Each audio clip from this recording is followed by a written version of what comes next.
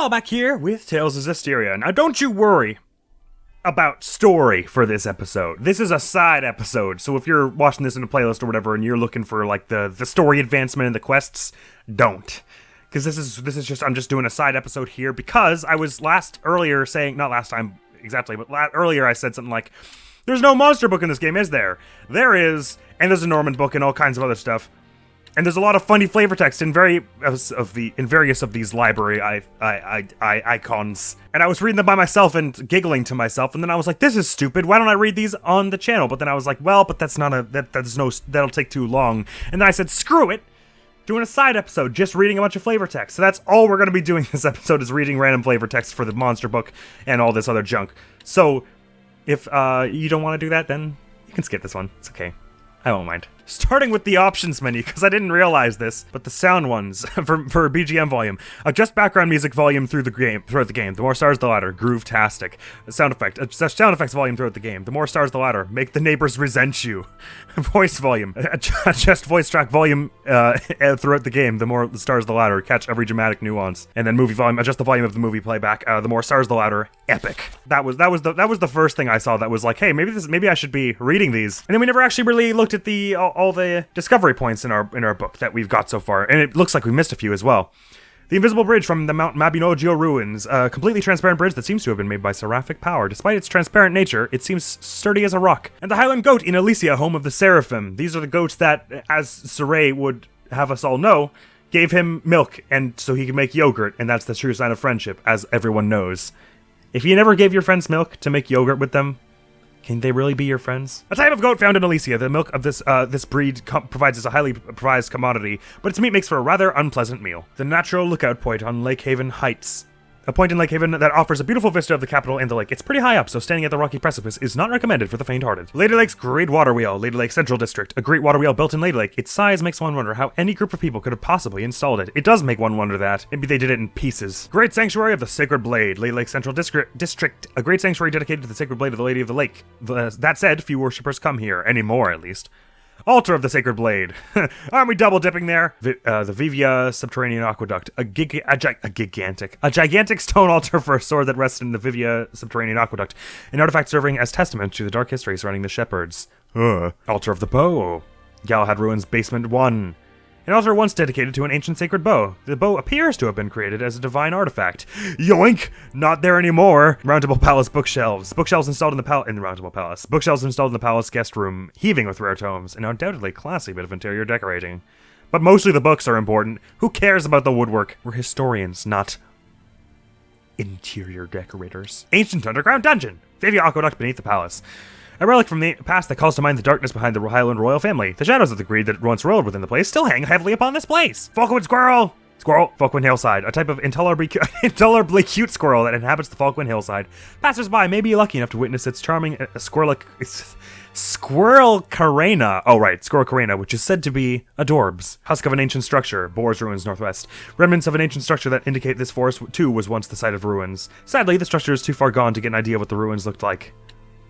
That is certainly sadly for Mikleo and Saray. Dragon Corridor in the Tagile ruins, a central corridor lined with placid dragon statues, as opposed to active dragon statues. Evidence that this was a civilization that did not view dragons as harbingers of calamity. Yes. Mural of the Trial, Tagile ruins, an ancient mural that points the way to where the trial of the shepherd awaits. The map of the continent is illustrated with crests of the four lords of earth, wind, fire, and water. Actually, can we look at it from here? That would be super awesome. Oh yeah, sort of. So they're the two sort of in the roll-ons district. So that's where we are right now. And then there's one around Highland, and then, wait, where's the other one? I actually can't see. But there are two in roll-ons where we are right now. So we're actually very close to a few, which is exciting. Presumably after we do whatever we're going to do in Pendrago, we're going to start taking these trials down real quick. Huge stump! Perhaps huge stump is an unfair description, as its rings would indicate that it is over 1,000 years old. Its age allows one to make estimates about the climate of ages past. Volgren Forest. Volgren Stag Beetle, also in Volgren Forest. A large stag beetle beloved by both children and beetle aficionados. What children? Absolutely not to be confused with the Roland's Atlas beetle, lest you become the laughingstock of the Beetle Fanciers Club Orpiment in Limerence Cave Central. Dull yellow or used for a number of different purposes, in addition to being used in the Beetle Fanciers Club. In addition to being used as a pigment, it can also be used in the preparation of poisons, as Rose was quick to point out. Great Belfry of Lastenbell in Lastenbell City of Artisans. The very emblem of Lastenbell, with the sonorous peal of its magnificent bell, rings out proudly. In addition to telling the time, it is also used for various ceremonies ranging from weddings to funerals. Oh, cool. Goats of the Cliff and Steppe, Meadow of Triumph. Fluffy goats that spend their days by the cliffs. They find the abbreviation fluffagoat unbecoming and prefer not to be called this by this appellation. Edna. I don't actually understand how they even have a concept of that. Highland steer in the Pearl's pasture. Steer raised for their meat throughout Rollants, but they originated in Highland. Though they have the classic black and white look, the milk of the cows is hardly a delight for the senses. I see. Interesting that we have the goats who are their meat's gross and their milk is great, and then the cows who are meat's good but the milk is gross. Open sarcophagus in the Ferris ruins basement 2. A sarcophagus that has been opened by grave robbers. It is a sad fact of life that there are those who would heartlessly plunder such a valuable historical artifact. I'm sure Saray wrote that part. And the fountain in the square, Pendrago. A fountain built in the square before the main gates of Pendrago. The underground parts are made up of surprisingly complex components. That got a kick out of absolutely drenching Edna. As for the Norman, this is also interesting because we've only got Norman from... Interesting that they also... I didn't realize they also showed the other skill list here. I thought it was just the base ones. Anyways. Characters near you will be affected by a hidden art, so this baby's important. Real good with healing arts, too. This is for art attack. So art attack also affects the amount of healing you do. Good to know. Defense. This one also has a big effect on how much you get from HP recovery skills, so watch for interesting combinations. So getting higher defense also increases the amount you heal, but not the amount that you heal others. Okay, so that's this. Resist is our defense. If you want the most punch out of your healing arts, best to raise this stat. Wait, what's the opposite of punch? The most hug? So wait, do these both increase the amount you heal other people, I guess? Hope so. Anyway, sorry, what I was saying before, we only have ones from status and battle abilities so far, so I guess they are really going to give these us to... Oh, a few from H as well. HP. They're going to give us the other ones as we go along, which probably means we're going to get these ones last, regrettably. Even though I really like them. I'm only going to read the flavor text for the ones where you had the Norman, because the ones you don't have the Norman don't have flavor text. Duration of stat increases. Marines in the aggregate, your stats are 1.3 times their normal values. Great for those long battles to tucker you out. When you start out, Garden blocks 70% of the damage, but the longer you do it, the less effective it is. Also good to know. I don't think I knew that priorly. I knew there was some reason you shouldn't do it for long, but I thought it would just break you eventually, but that's only in Symphonia, maybe. Well, not only in, but it's in Symphonia. I think in this game and Zelia, if the two red exclamation marks come up, that's when you're about to get guard broken. Lower stats also means you're more likely to pick up a pesky status ailment. Don't be treated lightly. Stack it to bring it to 100%, you won't be stunned at all. Don't that sound appealing now? It do. Well, we don't get stunned that often. It would be nice if it was like I'm more interested in stacking like the one, like this is like stun time reduced by 20%. That's not very interesting when there's just one of them, but when you have a bunch, that would be awesome. And I feel like it's the same way with the one that's like stagger time reduced. If you got like stagger time minus 70%, then you would just be like, and I can act again the second you get hit. That would be dope. HP recovery during combo. For sure it'll restore your HP, but not by much if your combos are short. Keep practicing. HP recovery while defending. I'd really recommend it against attacks with high hit counts. That's also a good point. Each hit you take, you're getting defense more. So it's not just that your defense is better, as I was saying earlier. HP recovery when using Blast Gauge. This skill's best for all y'all aggressive types who want to put all their BG into attacking. Yeah, I'm talking to you, hothead. SC recovery upon successful stun. If it's attack after attack after attack you're itching for, then stack up these great rate effect. Yes, sirree! I know they all have the same voice. I couldn't possibly give like 100 different Norman different squeaky voices. I'm sorry. It's the upon successful invasion. If evasion is your strong point, this is just for you. Great. Soldier. That's a primo skill early on in your adventure. Probably worth even using stinky equipment if it'll get you this one. That I did detect earlier. All stats plus 20 is solid. Can you stack soldier? No, that doesn't happen, does it? I actually should know. Because what if you got like 5 soldier and all your stats were plus 100? I guess that wouldn't actually be like legendary. HP plus 7 when evading with quick step. Assassin. For y'all with fancy feats. Who needs healing arts? Max HP plus 20. A nice solid skill. Keep collecting those orbs now. And which one is that for? Oh, for all the HP skills, right, of course. SC recovery speed, which is the beat for all getting all the S's. This just makes any SC recovery skills even better. Gives you all the synergies. Oh, it also works with the other skills too? Cool. When BG reaches 0, BG auto recovery plus 100%. This one's for getting the mostest out of your blasts. Let her rip! So that only happens once or what? I don't know. I wish they had like slightly more details explaining some of these. Because just taking what that says, that just means every time you hit 0 blast gauge, you get back up to 1 blast gauge, which means you can never be at 0 blast gauge, which is impossible. Because if that were true, then you would just be able to do an infinite combo. Devoid. Not elements of damage reduced by 10%. You only need 2 skills to get this bonus, so it's easy stacking. Try cutting your damage taken by 50%. I guess that would be like on 5 stacks maybe. I don't know if it's linear, like every single stack you get is 10%. This skill will keep you cool when things are getting steamy. Perfect for those midsummer days. Reduces that earthy, girthy damage. Makes it hurt less when you trip and fall too. Does it? Does it? Reduces all that water damage. Bunch of homeowners in Lady Lake could have used that, let me tell you. Rip. Reduces your wind damage taken. Keeps your hair all fancy like. As fancy like as it can be when we're anime protagonists. Halves both likelihood and duration of paralysis, so it's basically 1/4 as bad as usual. But getting 2 of these is even sweeter. Okay, I'm gonna need you to calm all the way down. Includes verbal burns too. Effective burn reduced. So if I get 2 of these, then just no one can insult me anymore. I just developed thick skin. Elven. Effective slow reduced. Last 2 short dependent spend it in slow motion. Effective poison reduced. You can't have all the defense and our defense in the world. Poison will still get you. Oh, sorry, you can. I thought it was you can, but you can have all of it. Got it. Effective fatigue reduced by 50%. Can't just lie around, you got a job to do. Attack us. Attack +1 when you level up. Leveling up stats bonus for all y'alls who dream big and punch bigger. Leveling up stats bonus for all y'all late bloomers. What does that have to do with art attack? And this we're getting to the range where we don't actually have some of these in our book. Leveling up stats bonus for all y'alls who know the blessing of miracles. Adds non-elemental damage to any martial art combo starter. Hit count goes up too. Oh, weird. Hit count goes up too? I don't actually understand what that means. Oh, like it just does an extra hit when you do the first hit that is just 1 damage of non-elemental. So it just adds to your combo count, I guess, and gives you more hits or something. I don't know. That helps somehow, I'm pretty sure, having more hits to your combo. Adds fire damage to any martial art combo starter. Y'all can compound up to 4 too. Invinder. Adds wind damage to any martial combo starter, but it won't do you no good unless you connect with each other. You do lots more damage when your enemy's stunned, so this one's the Civets Rivets. Stun time for wind type attacks +2 seconds. Okay, cool. That could be really helpful, but 6 adjacent skills of the same element. And then Anthem Blast and Exceed. Second time lowered. Oh, is it just any 2 skills of the same name? Oh, I thought it was specifically the S ones. Maybe I'm dumb. Sorry. So the stack... Oh! So the stack...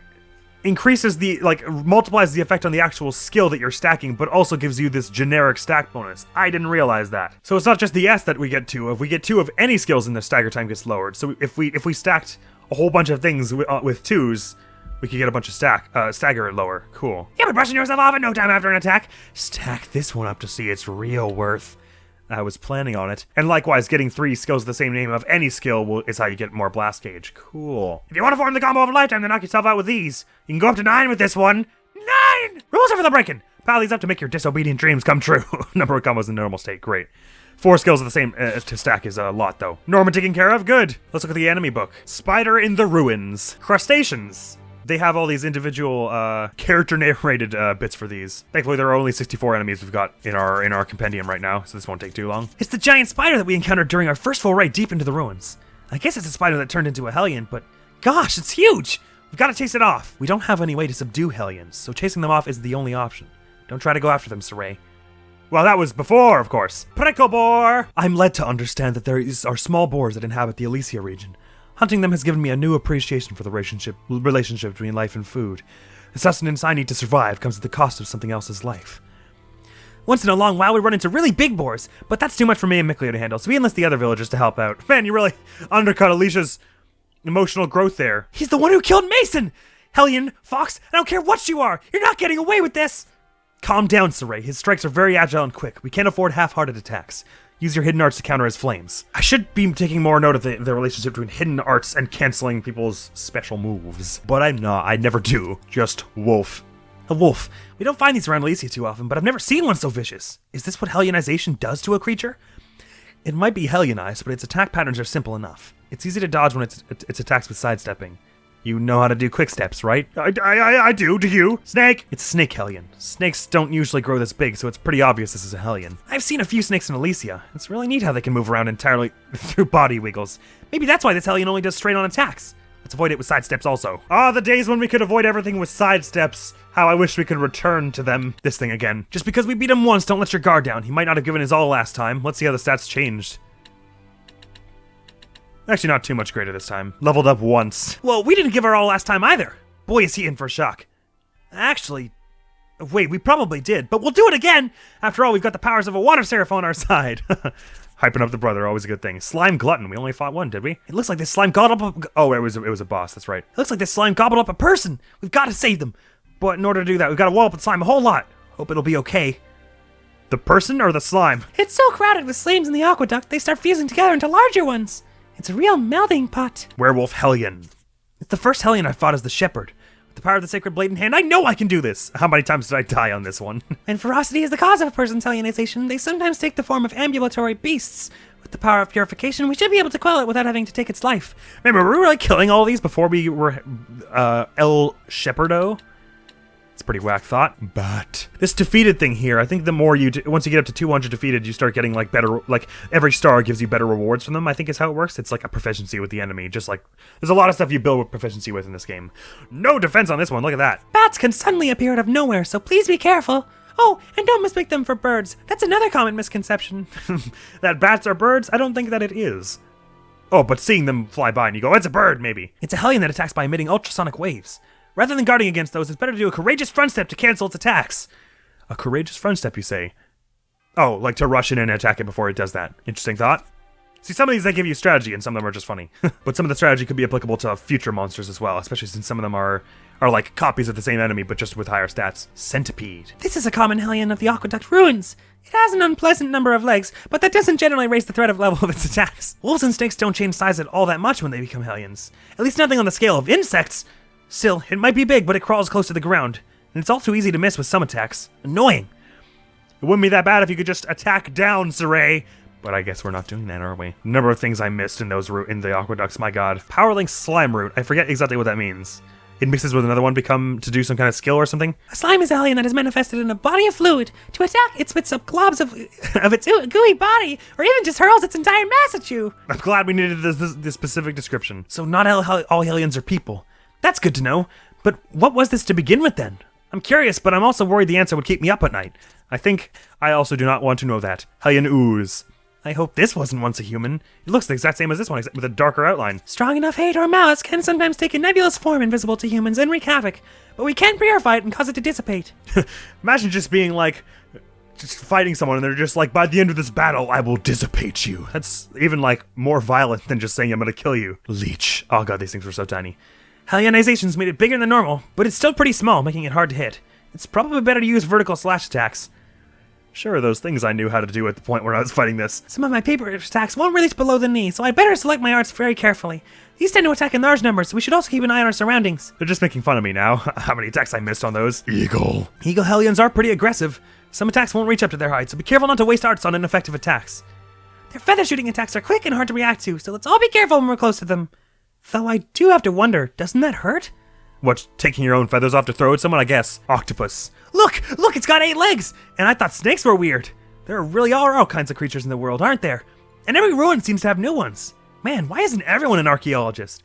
I guess that's weird to think about, but octopi you wouldn't necessarily know much about in medieval times, considering how little you would know about the ocean, not being able to go there very deeply. The number of appendages itself is a threat, so it can attack from any direction, so we ought not to let our guards down, even if we manage to circle behind them. Marmot. It's a squirrel-type Hellion. Watch out for its quick moves. It's a squirrel? It's a marmot. Are those the same thing? I don't think they are. It primarily attacks by swinging its tail in a circular motion. Watch the tail, and you should be in good shape. Sure, I'll just look at the tail while I'm trying to cut it in half. Giant centipede. Now. These centipedes were whack, but they were nothing like the giant centipedes. Oh, they actually look kind of the same. It's a centipede Hellion, but it far surpasses the others in both size and elemental resistance. Dear me, if only we knew someone who could cast water seraphic arts. Saray and I were able to beat this one together by armatizing. Though I'm not the only water seraph in the world, I'll have you know. She wasn't suggesting you were. She was just suggesting you get off your lazy ass and help. Orc. Attack type. Weapon. Thanks. A humanoid beast with a weapon. You don't suppose this was once a soldier of Highland? No, never mind. I must focus on my own path. The bigger the weapon, the wider the swings. Man, she's always having, like, the most existential crises in these flavor texts, and then Saray just comes in like, wow, the weapon's big! The bigger the weapon, the wider the swings. As long as we keep focused, we'll be able to hop around its attacks with quick steps, even as we continue our own attacks. Maybe he's just trying not to get in her head. A lamia. Oh, these things were hell. A Hellion who manifests as half human, half snake. Could she have been formed from the spirits of those who died here? Should we ask her? She may look fearsome, but she pretty much only attacks with her long fingernails. Her attacks sweep from side to side, so it's best to dodge them by stepping back. Chancellor's Pawn. We defeated 12 of these? Jeez, that was a pretty heated battle, wasn't it? They put up less of a fight than I'd expect from soldiers, honestly. You don't think maybe the power of purification has also had an effect on my physical strength? I do think that, actually. I mean, it would be pretty whack if you were able to just dunk on them that hard with a normal person's strength. Well, the Shepherd can wield the power of Seraphim. It makes sense that there'd be quantifiable differences between him and regular humans. Don't be too rough with them. Too little too late, they're all dead. I mean, I hope not. Ouroboros, my old nemesis. I like how it goes defeated 1 here, as if I could possibly defeat multiple. Oh, well, I guess maybe on New Game Plus. If I play the game through 200 times, I'll get the max star rating of this. Oh man, this thing had a high focus. That's probably why it was able to not get stunned so much. It's a type of snake hellion, but this one's practically as dangerous as a dragon.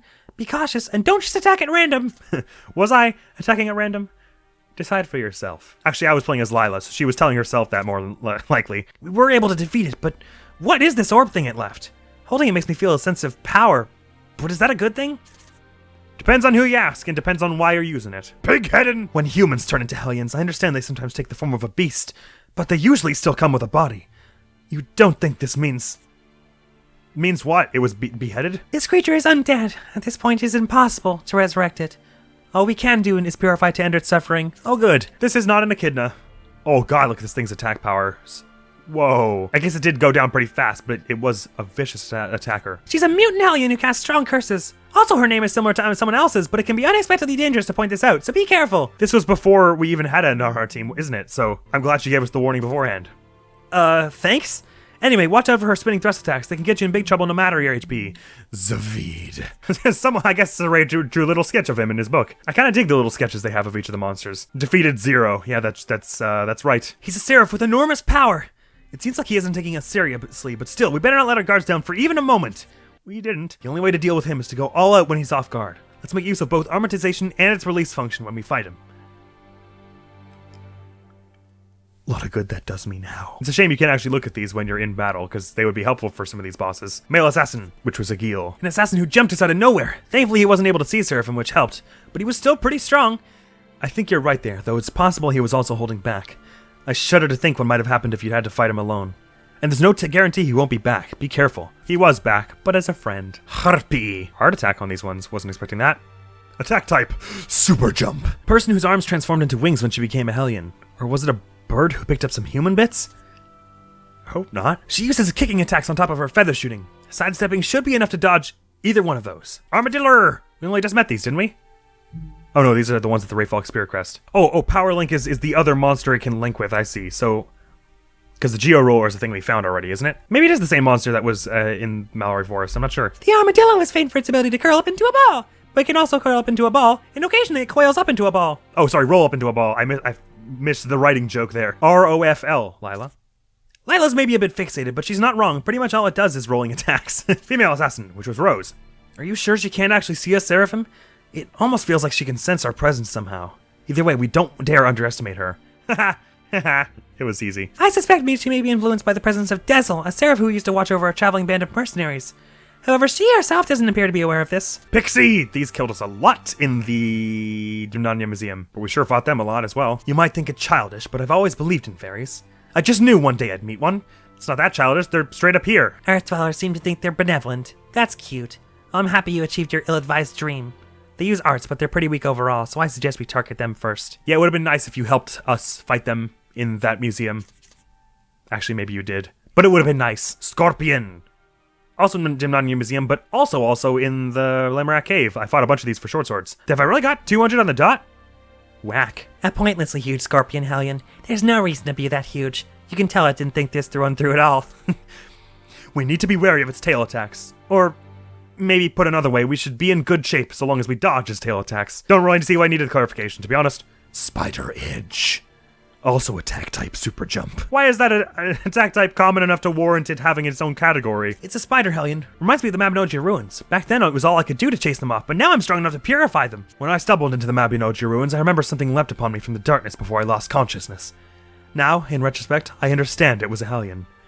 Well, it wasn't necessarily this thing. Oh, I guess that's why it's listed separately as Spider in the Ruins, because it is the same thing. But the dialogue is different now because of our different context. Knight Arthur, who turned out to, of course, be attack. It's a tough fight, though. Look at the attack power on this, holy balls. A hellion animating an empty suit of armor. It has a wide range of attack patterns. I fear this will be a difficult battle. Well, we beat it, but it turned out to be just a Norman. I will accept as an apology a performance of the Norman Carena. Well? I'm waiting. This is around the time Alicia would have left us, isn't it? Only fought 2 of the hound dogs. I'm not scared of dogs. Honest. I just think this one looks, unwell. That's one way to put it. It charges straight at us over and over. We had better be diligent about guarding or dodging this if we don't want to get hurt. And I don't want to get hurt. Savage wolf. Savage, adjective, brutal, vicious, beastly, ferocious, murderous. The savage wolf savagely savaged the savannah. You get the sense Edna's just like freestyling a lot of this. These wolves howl to call more of their brethren to battle, but they won't do it if we close in on them. Give us the command to spread out and we'll keep them all busy. I didn't do that. I never use the commands and I really should. I just always feel like the AI is doing enough and I have enough on my plate without commanding them. Roll on swordsman. Defeated 2? Weren't these the ones we were battling on Glaven Basin? Which would have been like way more than 2. We fought like 20 off. Soldiers of the Roland's Empire we encountered on the battlefield. They can't detect Seraphim, so we've got that going for us, at least. Even if they can't see us, we can still get hurt if their attacks connect with us. So don't let that happen. Pain is unpleasant. That's what you think. Planters. A Helionized plant! Beware! These aren't just for decoration. It can swing them with, like, arms. It can swing them like arms and chlorophyll your world with pain! Its reach is longer than you'd think.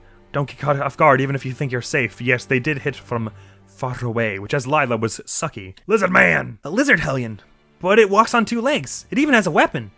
You don't think it was originally human? I think you were originally too easily distracted. Look, it has both vertical and horizontal slashes, so quick-stepping it is a bit of a gamble. You're better off guarding. I'm sure he didn't write this in the middle of the battle, Edna. But also Lila straight up told us that it was in fact used to be a person. So why did he, after the battle, then write, was it originally human? Roland Spearman. Oh, okay, there were a few different Rolandsian soldiers we fought, I see. Soldiers of the Roland's Empire we encountered on the battlefield. Spears have longer reach compared to swords, but their movement is likewise slower. Saray, please try not to get too involved if you can help it. A battlefield makes people far more susceptible to malevolence, and the Shepherd is no exception. Yes. Well, how did that go for us? Boar. A boar hellion. Seems a lot fiercer than the prickle boars in Elysia. Its charging attacks will do considerable damage if they hit you. They do. Charge, charge, charge. Must be nice having the same reaction to every situation in life. Oh, strategy? I mean, isn't it obvious? Speaking as someone who has the same reaction, i.e. a cynical and or acerbic one to everything in life, you must know all about that. Drake. Oh god, yeah, this thing. Attack wasn't crazy, but look at the focus. A hellion on the verge of becoming a dragon. If we can't beat this one, we've got no hope against a real dragon. Well, we didn't have a hope against a real dragon, did we? Actually, we don't have Eisen listed in our book, do we? Some of our attacks might not work when it's airborne. Let's try to anticipate its movement and react accordingly. Yet more advice that would be helpful before the fight. Evil Plantasm. This is the one that has the power link with Plantus. It uses both vertical and horizontal attacks. It may be tricky to dodge them all, so like the lizard, they're saying better to just block it if you're not sure which one. If you're not sure, Saray, don't try to dodge. Guarding is probably safer. The most dangerous attacks are those that hit you from unexpected angles. So they are. Is there still a thing in this game where if it hits you from behind, it's a higher chance to crit? I'm not sure. Wolf-headed! Hellions that manifest as disembodied heads tend to come from people who lost their lives through some kind of trauma. Not that it's my problem. And yet you were very quick, you wrote it all down anyway. This one's skilled at seraphic arts, and it also has healing abilities. Still, it isn't much of a threat so long as you just keep pounding it. And the undead magician is kind of the same way, actually. This is what stupid humans get for trying to dabble in seraphic arts. It's taboo for a reason, cake brain. Your sympathy is overwhelming. Undead are free from the restrictions of life, so no matter how much you hit them, they'll just keep restoring their HP. But giving them status ailments will block this effect. Didn't find that they often restored enough to, like, really negate much of our damage. Werewolf! Is this stronger than the other werewolf thing we fought? Yeah, by far. This was the one we fought in the Blade Shrine when we actually pulled the sword the first time, isn't it? A fusion of man and wolf. It's a lot stronger than the one we fought in Lady Lake, but oh, he does say that. But I've grown stronger since then too. Just watch! It's big and brawny. It can hop all over the place. If you just run at it swinging, it'll dodge around you, and you might even wind up with a painful scratch to the face. Do you want that? You know, you're asking me this a lot. I'm not sure you want to know the answer, Edna. Serpent. It's quite a bit more dangerous than the snakes we saw near Lady Lake. Also, hellions in this area use attacks that can cause status ailments. Be very careful. They did paralyze us a lot, didn't they? Its attacks have a chance of inflicting paralysis. That can interfere with all sorts of actions in battle. Lila's not kidding. And these, I would have said treant, but they said Trent before, didn't they? An arboreal hellion. The older it is, the more powerful. It relies on tough branches for its attacks. It also never goes to school, so it's entirely valid to call it a truant Trent. Do many hellions go to school? I wonder. It doesn't sense through vision, so attacking it from behind doesn't make much difference. Be sure not to focus so much on attacking it that you can open yourself up to counterattacks. Ah, interesting. So maybe you attacking enemies from behind has an effect in this game. That doesn't work on this one. General Landon! Ha! Was a fun thing to fight. General Landon has turned into a hellion. Even one of his blows can be fatal. Don't forget about the risks that it can accompany armatization. Yes, like us both getting killed at once. He's barely recognizable. Like Saray says, be sure to incorporate the Armatus' release function into your attacks. Teddy or not, here we come! I know he was a bit of a jerk-off, but we are about to kill a man. Maybe we shouldn't be so sassy about it. Zomble. Even the zombie was stronger than this punk. It's long dead. Either a Hellion possessed the corpse or a wandering soul took it over. It looks pretty miserable. We're probably doing it a favor. Once again, the compassion, stunning. Not even an apology sent out to this thing that you're gonna end. It kind of creeps me out how it won't attack unless we get near it or attack first. But that does mean long-range attacks work well, or barring that, we can just leave it to deal with later. I thought they were just slow as balls. Geo-Roller, finally. Long ago, the whole of the Earth was bunched up until Geo-Roller rolled all across the land and flattened it out. Thank you, Geo-Roller. Now prepare to be immolated. Yes, thank you, Geo-Roller. We owe the very ground beneath our feet to you. Wait, you're kidding here, right? Guys, Lila's joking, right? Dragonoot. It's a Hellion with formidable defense that can even control the surrounding rocks. Shorter weapons probably won't reach it. Oh yeah, Earth satellite. Don't remind me. This Hellion marked my Armatus debut, didn't it? At the time, I felt like I just won by dumb luck. But I guess I've grown into it. I think I did win by dumb luck, to be honest. Brutor. A boar-type Hellion, more ferocious than the last one. We should be careful of its attacks, but it's no more complex than before, I don't think. It mostly just charges, but at times it uses its tusks to attack, tossing you right up in the air. Still, the same avoidance strategy should work. The one that Edna refused to tell us. Goblin Shooter. Oh cool, it's riding a little cart thing. That looks fun. Can I ride? Do you think it'd let me take a ride once we purify it? Dude, keep away from the machine! The rounds it fires are this Hellion's biggest threat. Get in close to the goblin, smack it down as quick as you can. But once we purify it, it would make it a more efficient way to go around. Huh? I'm not just thinking of fun, I'm also thinking of pragmatic approaches. Horus. What is this? Oh, this was one of the legend beasts in... Was it Rayfolk Spirit Crest that we found this thing? I think so. Man, it's tough. When it squawks that it needs a little alone time and shuts itself off from the world, best to just let it cool down. Try to attack it then and it'll just lash out at you.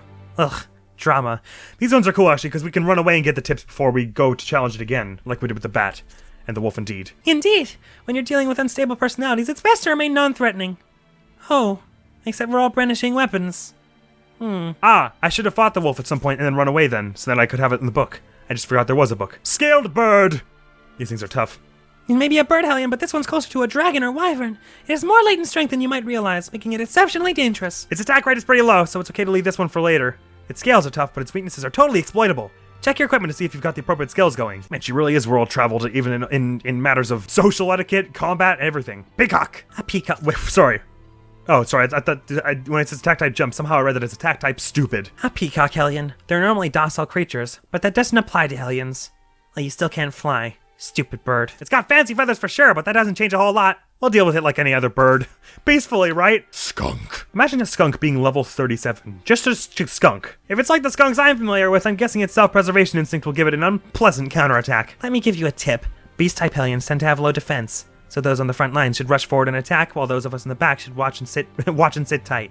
Sound like a plan? You're just saying that to hype yourself up, Miss Defense, aren't you? Orc farmer. People who have endured oppression are prime targets to become Hellions. But others subconsciously choose it merely to escape the ennui of their lives. There are as many paths as personalities. Wow, what a melodic thing to suggest. Watch out for it swinging its swinging hoe attacks as it marches towards us. I think this is the first time I've seen one that attacks like this. Well, the other orcs also had hammers. Couldn't have been that too different. Although that dig attack was pretty devastating. Hawk! The difference between an eagle and a hawk? Ugh, if I say size, will you leave me alone? No one asked you to write in the book, Edna. Its consecutive kicks hurt a whole bunch. They're telegraphed pretty obviously, though. It might help to combo using arts that also function as evasive maneuvers. Ah, like Glimmer Dragon, you might say. Sergei. Well, that's weird. Why is he in the book when we never fought him? Even I can tell how hard he must have trained to attain such skill with a sword. Treat it like a classical sword fight. Keep your guard up and then strike back when there's an opening.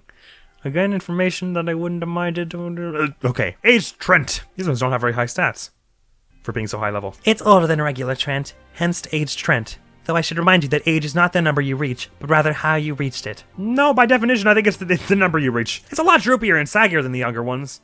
But I suppose that's natural. I mean, gosh, that's weird and not relevant to anything. Skeleton. Ah! Calm down. Deal with it like any other Hellion. You'll notice it won't take the initiative to attack us when the other Hellions are around. We can save it for the end of the battle. Wasn't the speedier type, was it? Darken Eye. Oh yes, I fought some of these off camera when I was went to the... Oh, Leaf-A Shrine of the Water Trial. Interesting. I wasn't there. I was at the bridge. Maybe the Shrine of the Water Trial is underneath the bridge. That would be so dope. Octobird. So I guess that's why we don't have any information on it, because we were all too panicked to write anything. Gangland Ruins. An especially strong type of octopus. I don't know what's called that. Do you think Lila made it up? I wonder if some of the ones that we don't have all the descriptions for, maybe they're characters we don't have yet or something. Blackbird. Oh no, here's one on the Camelot Bridge that we have a dialogue piece for. Travelers whispered of a fierce ghostly whirlwind that haunts the great bridge at the midnight hour. This must be it. Not so scary once you uncover the truth. It's pretty damn scary, I don't know, look at it. Oh, and that's the last enemy. Great. Which leaves only the flavor text at the records, which is interesting. You unlock more flavor text for these as the more you advance in each stat, which is cool. And I'm guessing the ones with the little trophy beside them have an achievement associated with them. Does that mean if I backed out and spammed this times record, like the records page a bunch, I would get the achievement for that? This shows how many times you've checked on your records. As you make progress, well, various comments for you. So please drop in now and then. Let me just... Oh, it doesn't work if you just spam it like this. Do I have to unpause? Oh, that doesn't do it either, huh? I guess they add a little thing to keep you from just spamming it. Very well, but there's an achievement for it, so we should just be looking at that every now and then, because I want the achievements, god damn it. Total playtime. You've reached at least 30 hours of playtime. Oh, sorry, the first one is, this is the amount of time you've been playing. Remember to sleep at least once every 36 hours. Do we think we get another one at 36 hours then? You've reached at least 30 hours of playtime. I expect you are making substantial progress. As for hours in battle, this is the total amount of time spent in battle. If worries over your battle of time distract you enough that you're losing battles, it defeats the purpose. Focus on survival first and foremost. Well, look who's been busy on the battlefield. Hope you haven't forgotten how to win quickly, though. Obviously not. You just fight the enemies who are pointless and weak. Total time in menus. This is the amount of time you spent in menus. There's a lot packed in here, so don't be shy. It's a good idea to check the skill book regularly. It will help you master the generation and use of bonus skills. I'm working on it. As for the encounter number, this is the number of times you've encountered enemies and dived headlong into battle. Racking up victories will also improve your equipment proficiency, so I discovered. You've already had over 100 encounters. Still don't let your guard down. Enemy types discovered. This is the number of different enemies logged in the enemy book found in the library. Wow, I'm stuttering a lot. I've come to the conclusion that the more you fight the same enemy, the better the skills on the equipment it drops. So don't rush. Take your time. That's useful information. I guess that's just what it's talking about with the 5-star thing beside the enemies you battle. Consumable items discovered. This is the number of unique consumable items you've obtained. You've collected at least 10 different consumables. I can prepare all sorts of remedies now. Just say the word.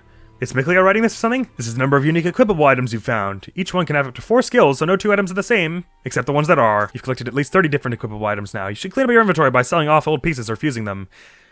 Not just yet. Nice! 100 or more different pieces of equipment. You know, I feel like the drop rate falls if you're carrying too much. Better sell off what you don't need. Oh! Really? God, I wish someone had told me that sooner. Oh wow, we're exactly on 100, look at that. Skits played! This is the number of skits you've played. You can start a skit by pressing back in certain places, or enter. Oh god, I was expecting it to change to enter if I hit the keyboard. It didn't. In certain places during your travels, they can also be triggered at inns. You've played at least 50 skits now. There's nothing like a journey to bring people together. New treasures discovered. Ah, so this is just like if I go on the same treasure chest, it doesn't count. I gotcha. This shows how many chests you've opened for the first time. I say that because some chests will mysteriously be restocked if you come back later. If you want to build this number up, you ought to make good use of your treasure detection talent. It will notify you of nearby chests and herbs. Yeah, we're finding them well enough on our own, I think, and I like the other talents we have so far, but maybe once we get to the max in some of our current skills, I'll do that.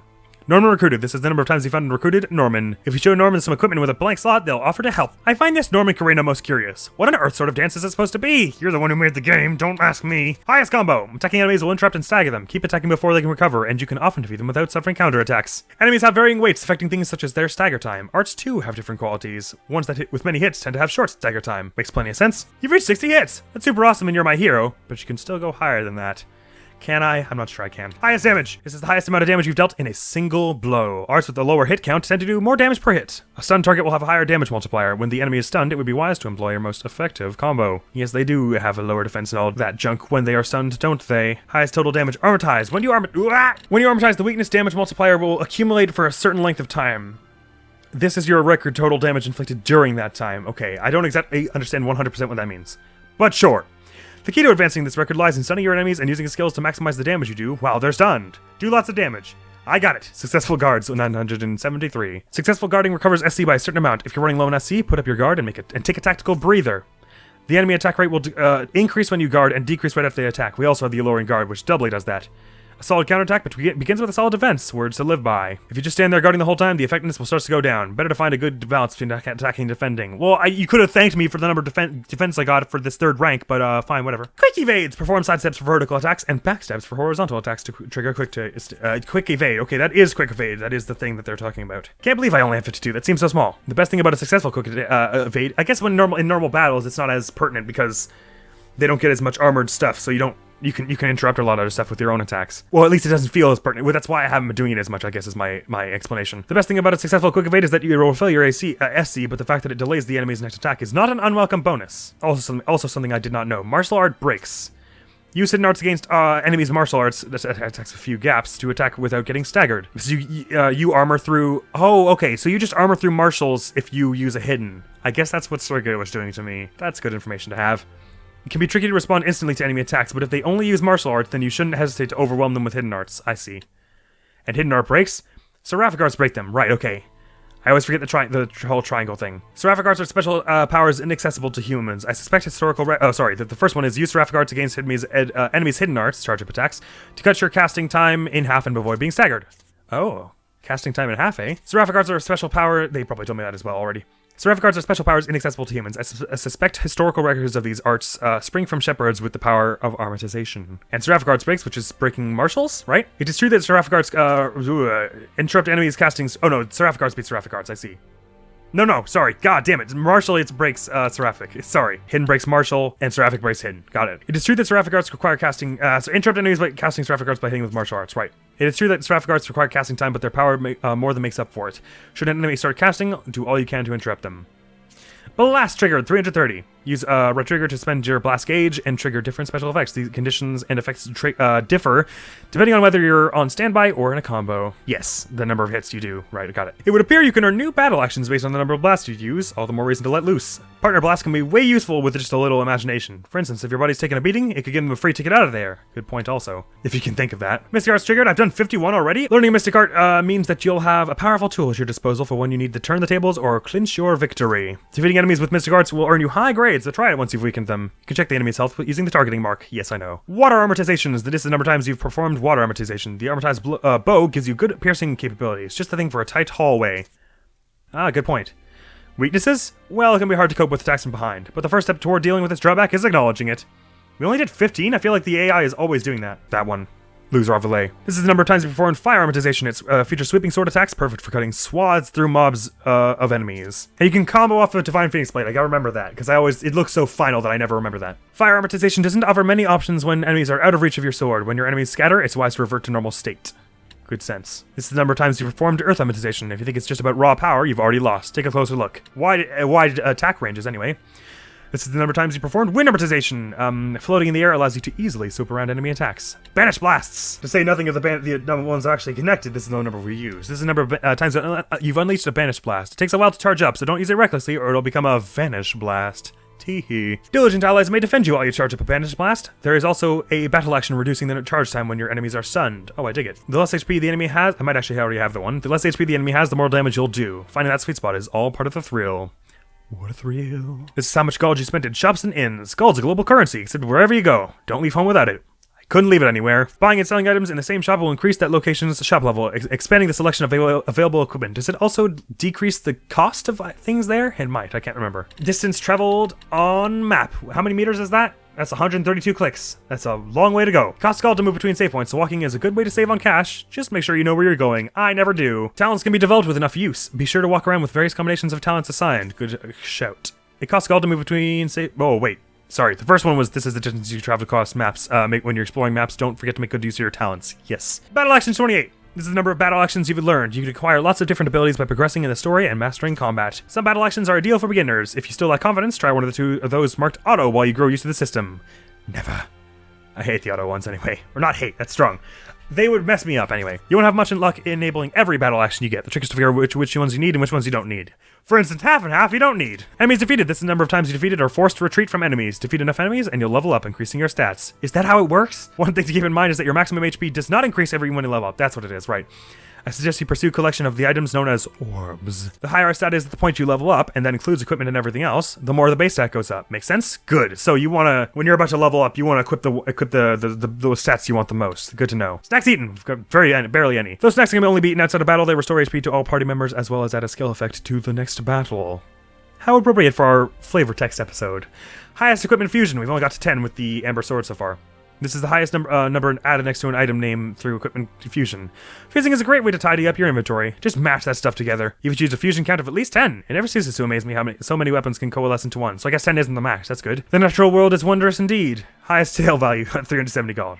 The highest value you sold an item for. To aim for this record, you may want to sell items you fixed up a bunch, though I understand that it might be painful. You could just sell the elixir for 7,500. That would be a leg up in this department, although there's no achievement for this, so why bother? In Xillia, when you got a bunch of these, they would add a bunch of points for your New Game Plus run. But maybe it's not the same here. Stack skills triggered, only 3. These are the bonus skills triggered by equipping 2 skills with the same name at the same time. These skills can be used on different items such as armor and shoes. And as for group reunion skills triggered, these are bonus skills triggered by equipping all 5 skills in a skill group. This will form a vertical line on the skill sheet. We really got 5 of those? Didn't think we did. I thought we only got the first 3. So the S, the H, and the lance. No, sorry, the heart, the H, and the lance. G-Union bonuses further enhance the characteristics of that group. It would not be absurd to carry different sets of equipment geared toward multiple groups. That's my plan, although I just don't have enough gear variety right now to do so. As for Elemental Union skills triggered, I have a lot more of these. These are skills triggered by equipping 2 more that line up next to each other. Skills lined up horizontally tend to be related by element. E-Unions are relatively simple to activate, requiring merely 2 skills at minimum. As they boost your elemental abilities, how you use them will be crucial. Grade record! This is the most grade I've gotten from single battle, I guess. Most grade earned in a single battle. Refine your battle technique to earn more grade and smash your record! To earn high grade, one must battle with style. In particular, there is not more stylish than to achieve victory without so much as a scratch. Actually, is this 80 not the one that we got from Sergei? Or whoever it was that we fought that wasn't Sergei, because we never did that. If you want the worst grade possible, try getting KO'd and finishing a battle with status ailment. Oh, item use is a key point as well. You'll be awful in no time. This is proof of how mercilessly and vindictively you've rained arts down on your foes. Go ahead, bask in it. Revel in it. Man, these got really pointed and kind of hurtful in these last few. Items dropped by enemies. This is the total number of equipable items randomly dropped by enemies. Hellion equipment is saturated in malevolence, but purification makes it usable again. I'm glad. I wouldn't want to use a sword that hated me. Different Hellions have different equipment that they are likely to drop. The result is it's certainly not guaranteed, but it's still useful to check this via the world map. I hear the enemy you beat first will have double the drop rate. Sounds handy if you're craving a particular item. The luring talent ought to be useful too. I picked up on the second one, but that plus the knowledge that having your inventory all full will make them drop less is good to know as well. I was wondering because I had been starting to feel that I was getting less stuff recently. The drop rate goes up based on how many enemies you beat in a battle, so seeking out dangerous encounters doesn't necessarily signal self-destructive tendencies. Very good. In the last one, herbs discovered. This is the number of herbs you found. They are most likely found in fields, outdoor maps, and can boost your physical attributes, so they can. There are 6 different kinds of herbs, 5 of which boost your basic stats, and 1 of which boosts your max HP. You can also create them with the remedy preparation. And that concludes all the flavor text I was intending to look at. God, that took a little longer than I was expecting, but I'm glad I got through it in an hour. I'll save that. For whatever reason. Very good. So, boy, I'm all dizzy. I just talked for like an hour straight. That was fun. I'll probably do another one of these when we get a bunch more stuff logged in our book, maybe closer to the end of the game. Or maybe I'll do 2 or 3. Who knows? But I just love the little flavor text they add. I mean, it just feels a shame for them to have written it if no one's gonna read it. You know what I mean? Very good. The next video going up on the channel, I believe, is the another Path of Radiance episode where we're finally gonna be finishing the Serenus Affair. Gosh, it'll be a hefty weight off our shoulders to do that, and we can finally go back to base and start forging my weapons and junk. It'll be a tremendous relief to have that out of the way. But for now, this is where I'm going to leave this, so thank you very much for coming around. Hopefully I will see you around. Admiral's going to be out of here now. Peace!